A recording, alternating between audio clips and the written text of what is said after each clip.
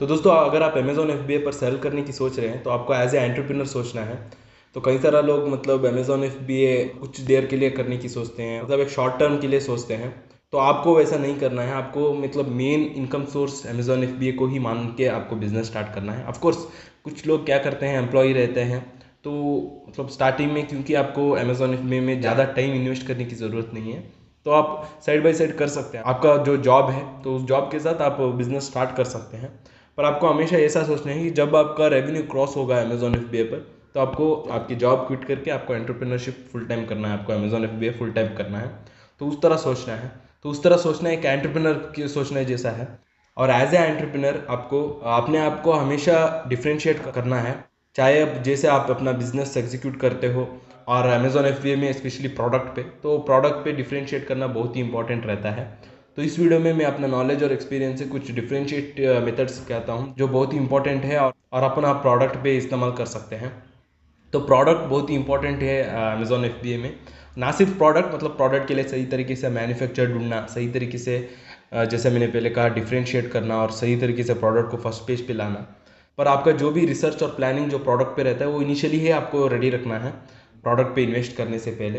कई सारा कुछ लोग मतलब ऑफ कोर्स लॉकडाउन में क्या होता है, लॉकडाउन निकालने के बाद प्रोडक्ट का सेल्स ज़्यादा रहता है। तो चाहे आप कुछ ज़्यादा डिफरेंशिएट ना करें, कुछ प्रोडक्ट के लिए आपको सेल्स मिलता है, पर आपको मतलब उस पर ही आपको डिपेंड नहीं होना है। जब आप अमेज़ॉन एफबीए पर सेल करने की सोचते हैं, मैं हमेशा मेरा वीडियो इस पर कहता हूँ, आपको लॉन्ग टर्म सोचना है।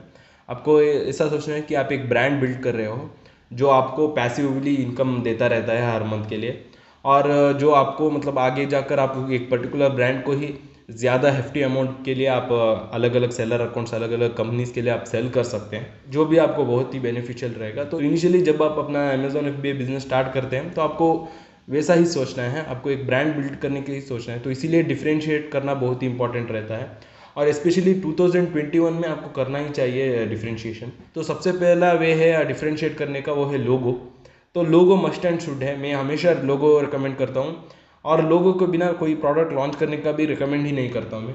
तो इसलिए लोगो बहुत ही इंपॉर्टेंट है। लोगो करने के लिए मतलब दो वे से है। एक आप सिंपल नेम का ही एक लोगो बना सकते हैं, जैसे कि सैमसंग हुआ, तो सैमसंग नेम ही वो उनका लोगो है। और दूसरा है कुछ डिज़ाइन का लोगो बना सकते हैं, जैसे कि एप्पल का लोगो है। तो मैं प्राइवेट लेबलिंग में बिगिनर्स के लिए हमेशा एक डिज़ाइन का लोगो रिकमेंड करता हूँ, क्योंकि आपका बिगिनिंग में आपको कोई ब्रांड का इस्टेब्लिशमेंट नहीं रहता है, आपका ब्रांड लोगों को पता नहीं रहता है, और आप वैसे भी ऐसा प्रोडक्ट पिक करेंगे जिसमें ब्रांड रिकग्निशन ना हो। तो इसीलिए एक डिज़ाइन का लोगो बहुत ही क्रुशल रहता है। अगर आप मतलब आपके प्रोडक्ट के लिए कस्टमर्स पैशनेट है, तो आप एक ब्यूटीफुल लोगो लगाने से आपका प्रोडक्ट का वैल्यू बढ़ा सकते हैं, आपका लिस्टिंग का वैल्यू बढ़ा सकते हैं, जो एक अगेन अनफेयर एडवांटेज मिल जाएगा आपको। तो मैंने एक वीडियो भी बनाया था किस तरह आप सिंपल लोगो लगाने से आपका सेलिंग प्राइस ज़्यादा कर सकते हैं, और किस तरह एक सिंपल तरीके से आप लोगो बना सकते हैं, उसका भी मैंने वीडियो बनाया है हमारे चैनल पर। तो इसलिए लोगो एक अच्छा मेथड है डिफ्रेंशिएट करने का आपके प्रोडक्ट। और उसके साथ और एक मेथड है कॉम्प्लीमेंट्री प्रोडक्ट ऐड करना।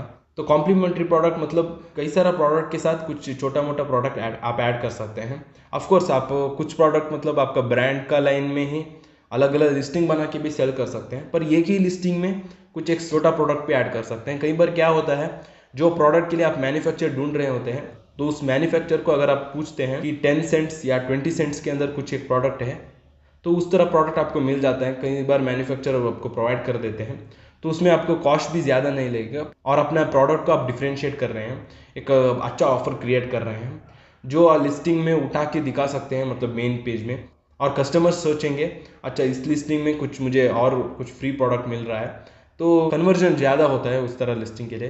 तो मैंने भी मतलब मेरा बिजनेस में इसको इम्प्लीमेंट किया है। मेरा कई सारा प्रोडक्ट के साथ मैं कॉम्प्लीमेंट्री प्रोडक्ट ऐड करता हूँ, जो जिससे मुझे ज़्यादा प्राइस पे भी सेल करने का अपॉर्चुनिटी मिलता है, और जैसे मैंने पहले कहा मैं डिफरेंशिएट भी कर सकता हूँ उस प्रोडक्ट को। तो इस कॉम्प्लीमेंट्री प्रोडक्ट भी ऐड कर सकते हैं, पर आपको ये ध्यान रखना है आपका एक्चुअल कॉस्ट, आपका जो मतलब जो इन्वेस्टमेंट में कॉस्ट रहता है वो ज़्यादा नहीं होना चाहिए। तो इसीलिए मैं कह रहा हूँ 10 सेंट्स या 20 सेंट्स के अंदर रहना चाहिए जो भी आप कॉम्प्लीमेंट्री प्रोडक्ट ऐड कर रहे हो। और ये एक मेथड है डिफरेंशिएट करने का। और एक मेथड है बंडलिंग करने का। तो आपने देखा होगा कुछ लिस्टिंग पर पैक ऑफ 2, पैक ऑफ 3, मतलब सेम प्रोडक्ट पेयर्स में आप सेल कर सकते हैं। तो ये एक अच्छा मेथड है अगर आपको लग रहा है कि कस्टमर ज़्यादा परचेस कर रहे हैं। और एक पॉइंट है दोस्तों, अगर आप कोई लिस्टिंग पर क्लिक करते हैं तो उस लिस्टिंग में ही आपको कस्टमर हो ऑल्सो बॉट टुगेदर उस तरह एक दिखता है, वहाँ से भी आपको अच्छा आइडियाज़ मिलता है। तो वो बहुत ही क्रूशल है, उसको देखता रहना चाहिए। अगर कोई एक प्रोडक्ट रिसर्च कर रहे हैं तो उस प्रोडक्ट के साथ क्या कॉम्प्लीमेंट्री प्रोडक्ट ऐड कर सकते हैं, क्या बंडलिंग कर सकते हैं, वहाँ उसका आइडिया आपको वहाँ से मिल जाएगा। तो मैं हमेशा उसको नोटिस करता हूँ और उसके साथ उसको कंसिडर करके आप एक अच्छा ऑफर क्रिएट कर सकते हैं, अच्छा लिस्टिंग बिल्ड कर सकते हैं। और ज़्यादा से ज़्यादा जैसे मैंने पहले कहा, मैन्युफैक्चर खुद आपको प्रोवाइड कर देते हैं। अगर आप उनसे ही एक बार पूछते हैं कि क्या क्या अलग अलग कॉम्प्लीमेंट्री प्रोडक्ट्स है जो मैं इसके साथ ऐड कर सकता हूँ, वो भी आपको कुछ आइडियाज़ दे सकते हैं।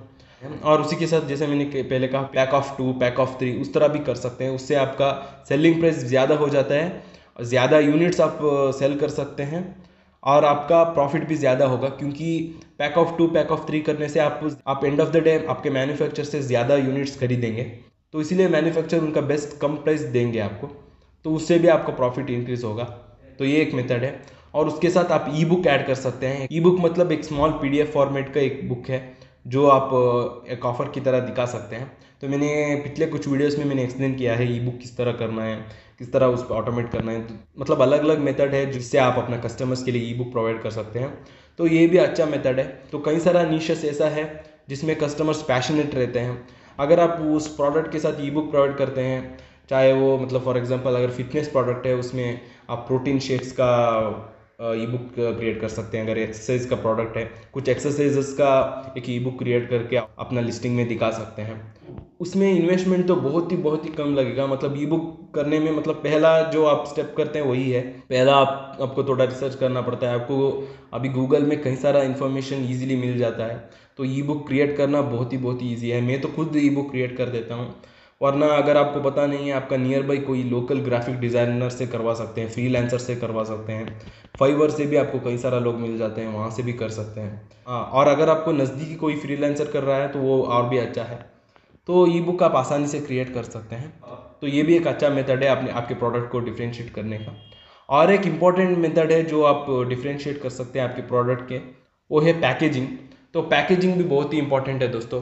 तो अगर आपने मतलब एप्पल का फ़ोन खरीदा है तो आपको पता ही होगा उनका पैकेजिंग कितना एस्थेटिक रहता है, लोगो बीच में रहता है, ज़्यादा वर्ड्स नहीं रहता है। तो प्रोडक्ट का ब्रांड वैल्यू इंक्रीज़ करने में पैकेजिंग का भी बहुत ही इंपॉर्टेंट हाथ रहता है।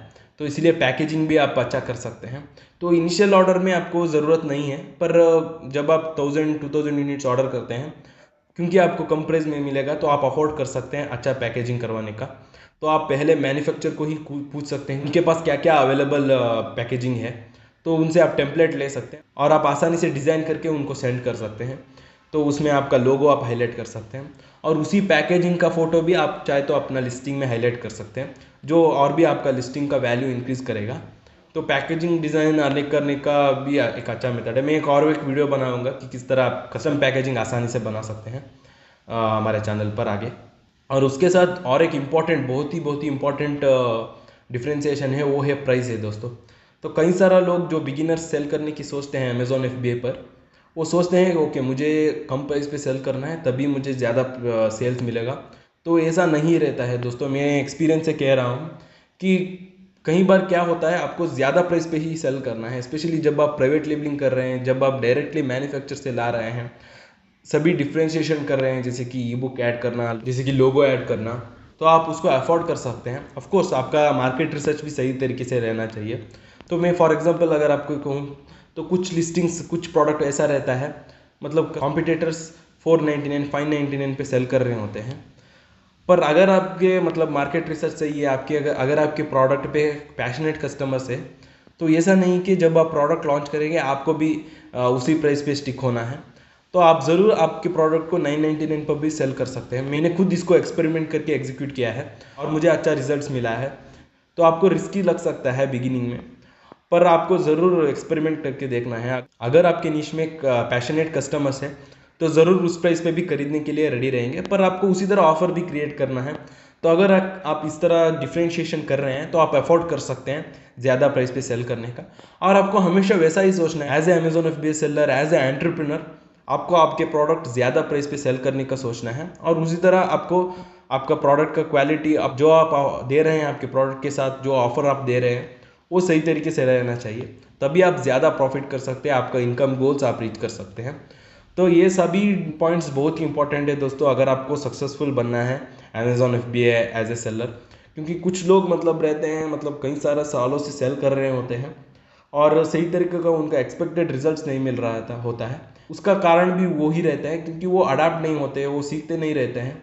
तो हर इंडस्ट्री की तरह ये इंडस्ट्री भी मतलब हमेशा कुछ ना कुछ चेंजेस होता रहता है, आपको अडाप्ट होना बहुत ही इंपॉर्टेंट है। ऑफकोर्स इनकम बहुत ही ज़्यादा है और लॉन्ग टर्म है। अमेजॉन FBA कुछ ऐसा नहीं है कि कुछ दिन के लिए होगा और नहीं होगा, उस तरह नहीं है। तो आपको पता ही होगा, तो मैंने कई सारा वीडियो में भी एक्सप्लेन किया है। तो उसी तरह आपका एफर्ट भी रहना चाहिए।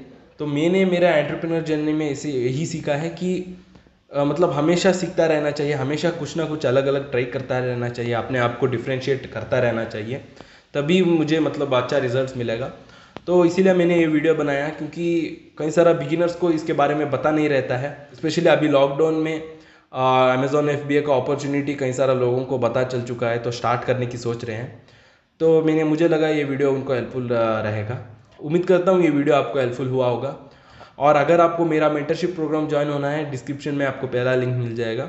उसमें आपको प्रीमियम कोर्स जिसमें 10 मॉड्यूल्स है और सभी स्टेप्स इंक्लूडेड है, अलॉन्ग विथ GST, टैक्सेशन, और कैसा प्रोडक्ट पिक करना है, प्रोडक्ट के लिए मैन्युफैक्चर किस तरह ढूंढना है, किस तरह फर्स्ट पेज तक ला सकते हैं, और जो भी एडवांस स्ट्रैटेजीज है जो मुझे मेरा एक्सपीरियंस और नॉलेज से मिला है, तो उसको मैंने शेयर किया है। और उसके साथ मेंटरशिप भी है, मतलब आप डायरेक्टली मुझसे चैट कर सकते हैं, कॉल शेड्यूल कर सकते हैं आपके क्वेरीज के लिए, कई सारा concepts back and fourth discuss कर सकते हैं। तो आप डेफिनेटली डिस्क्रिप्शन में चेक कर सकते हैं। और इसी तरह मेरे साथ जुड़े रहिए, मैं और भी कॉमर्स का नॉलेज और एक्सपीरियंस शेयर करता रहूँगा। तो धन्यवाद दोस्तों, फिर मिलेंगे।